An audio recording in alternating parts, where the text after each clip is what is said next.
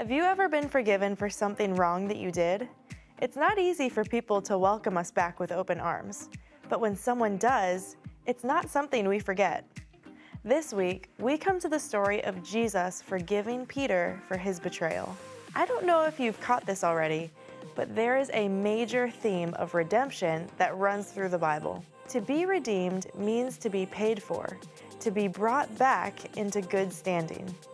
Jesus redeemed Peter, and now he is telling us to go out and remind others about his redeeming love. Well, don't go anywhere. We are going to learn even more in this video. In my wrestling and in my doubts, in my failures, you won't walk out. Your great love will lead me through.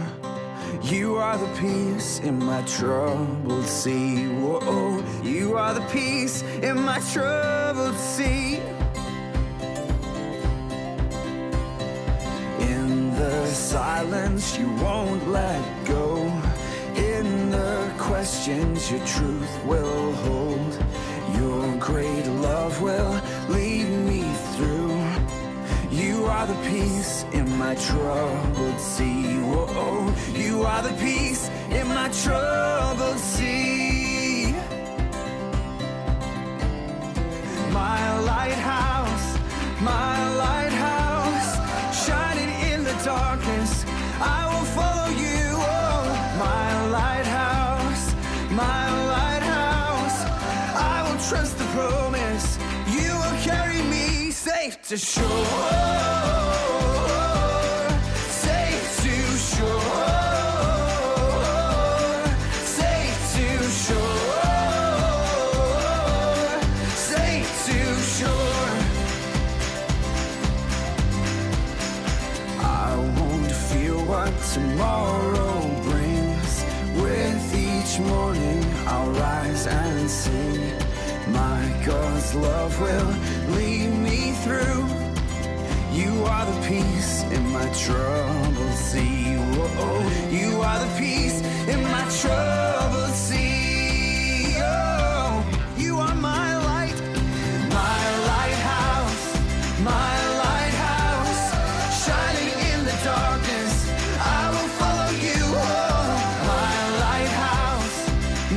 lighthouse, I will trust the promise. You will carry me safe to shore, safe to shore, safe to shore, safe to shore. Fire before us, you're the brightest. You will lead us through the storms. Fire before us, you're the brightest. You will lead us through the storms. Hey! Fire before us, you're the brightest. You will lead us through the storms. Fire before us, you're the brightest. You will lead us through the storms. My lighthouse, shining in the darkness. I will follow you. Oh, my lighthouse, I will trust the promise. You will carry me safe to shore, safe to shore, safe to shore,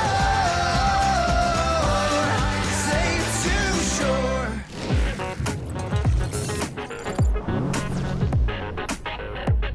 Welcome to Game Time, everybody. Today we are playing Four Corners.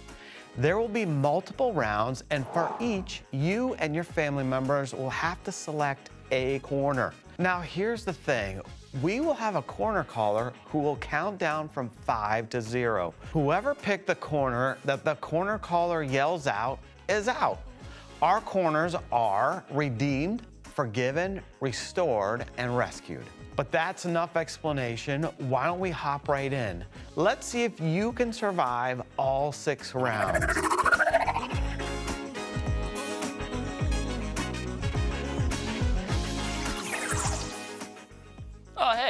Didn't see you there. Anyways, if you picked redeemed, you're out.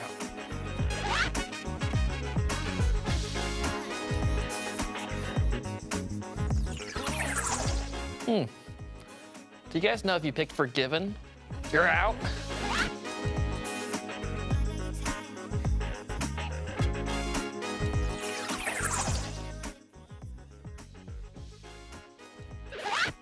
Hey, did you guys pick a corner called rescued? Because if you did, guess what? You're out.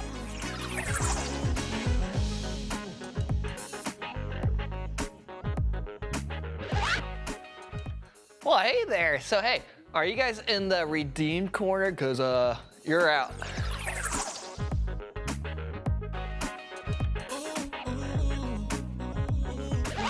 Eeny, meeny, miny, mo. Catch a tiger by its toe. If it hollers, let it go. Eeny, meeny, miny, mo. Hey, you know what that means? If you guys picked forgiven, I'm sorry, but you're out.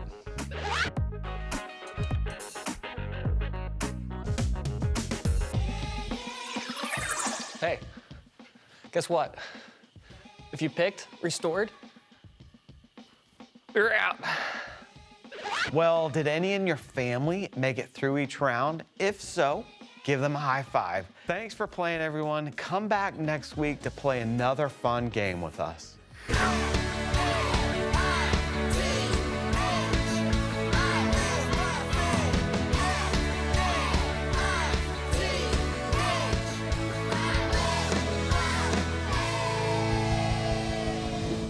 Today, we're going to hear a story about Jesus and his disciple, Peter. Remember, the night that Jesus was arrested, Peter denied knowing him 3 times. Can you imagine spending 3 years with Jesus, learning from him and witnessing all his miracles, and then pretending like you didn't know him? Peter was afraid, but he was also confident that his sin wouldn't separate him from Jesus forever. Jesus has a way of redeeming, forgiving, restoring, and rescuing us from our sin. That's why our big idea is, Jesus is the Lord who forgives and makes things right. Let's watch our story to hear how Jesus forgives Peter and how God has made a way for us to be forgiven too. 3 days after Jesus died on the cross, he came back to life. More than once, Jesus appeared to his disciples and proved that he was alive. One day, Jesus met his disciples while they were fishing on the Sea of Galilee. Peter and the other disciples got into a boat to go fishing. They spent all night on the water, but they did not catch any fish. The next morning, as the sun was coming up, Jesus stood on the shore. He called out to the disciples, but they did not recognize him. Jesus said, "Men, you don't have any fish, do you?" "No," they answered. "Put your net in the water on the right side of the boat, and you will catch some fish," Jesus said. The disciples did what Jesus said. So many fish were in their net that they could not pull the net back into the boat. One of the disciples said to Peter, "It is the Lord." Peter jumped into the water so he could swim to shore. The rest of the disciples traveled to the shore in the boat, pulling the net full of fish behind them. When the disciples got out of the boat, they saw bread and a charcoal fire with fish on it. "Bring some of the fish you've caught," Jesus said. So Peter pulled the net ashore. It was full of large fish, 153 of them. "Come and have breakfast," Jesus said. Jesus took the bread and gave it to them. Then he gave them the fish. Jesus turned to Peter. "Do you love me more than these?" he asked. "Yes, Lord," Peter said. "You know that I love you." "Feed my lambs," Jesus told him. Jesus asked Peter again, "Do you love me?" "Yes, Lord," Peter said. "You know that I love you." "Take care of my sheep," Jesus said. Jesus asked Peter a 3rd time, "Do you love me?" Peter was very sad that Jesus asked him a 3rd time. Peter loved Jesus very much. "Lord, you know everything. You know that I love you." "Feed my sheep," Jesus said. Jesus told Peter that he would bring honor to God. Then Jesus said to him, "Follow me." The disciples had turned away from Jesus when he was arrested, but Jesus still wanted to use them in God's plan as fishers of men who would tell people the good news about Jesus. Jesus is the Lord who forgives us and makes things right again. The disciples turned away from Jesus when he was arrested. In the Bible story, we learn that even Peter, one of Jesus' closest followers, rejected and denied him. Yet Peter was forgiven and restored. Let's actually talk about that word. What do you think it means to be restored? Well, turn to a family member and discuss. I'll give you 10 seconds.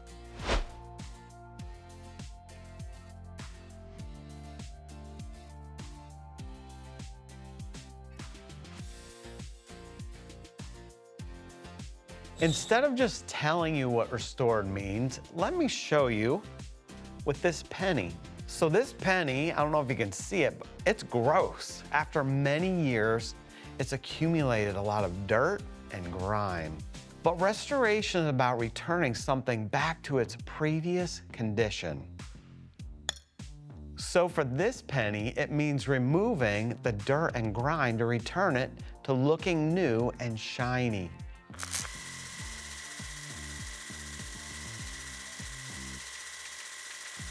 See, this penny went through the process of being restored and is now shiny. Today we saw how Jesus forgave Peter and made things right. Forgiving others is a way to restore or fix a relationship. Like the penny, we too have been dirtied, but we aren't covered with dirt and grime. Instead, we have hearts full of sin. Sin makes a mess of our hearts. It hurts us and other people, and it especially hurts God. Thankfully, God has a way of restoring his people. He doesn't want to leave us dirtied by our sin. He wants to restore us. God has made a way for us to be close to him again. He restores and redeems us by the life, death, and resurrection of Jesus. When we follow Jesus by faith, he restores us from our sin and welcomes us into relationship with God. He has redeemed us so we can know God.